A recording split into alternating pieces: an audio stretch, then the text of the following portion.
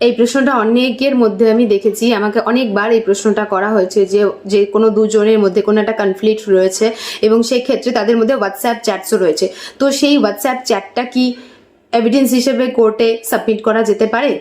উত্তর হচ্ছে হ্যাঁ, যেতে পারে। হোয়াটসঅ্যাপ চ্যাটও কিন্তু ইলেকট্রনিক এভিডেন্স হিসেবে গ্রহণযোগ্য। কিন্তু শুধুমাত্র হোয়াটসঅ্যাপ চ্যাটের স্ক্রিনশট দেখিয়ে দেওয়াই কিন্তু প্রত্যেকটা মামলার ক্ষেত্রে যথেষ্ট নাও হতে পারে।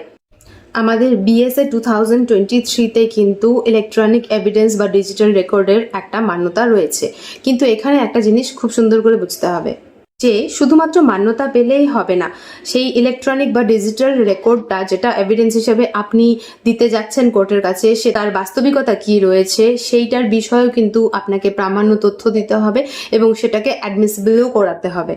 তো শুধুমাত্র একটা ছোট চ্যাট থাকা মানেই কিন্তু আপনার কাছে ফুল প্রুফ এভিডেন্স রয়েছে, এটা ভাবাটা একদম বোকামি।